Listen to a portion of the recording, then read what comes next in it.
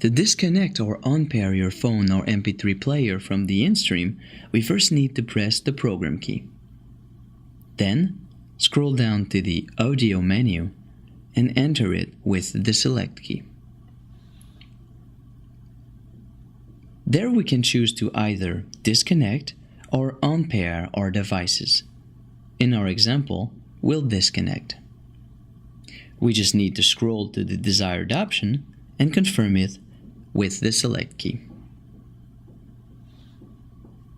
We'll then hear an audio cue to confirm us that the action has been performed. To return to main menu, simply press on the back key.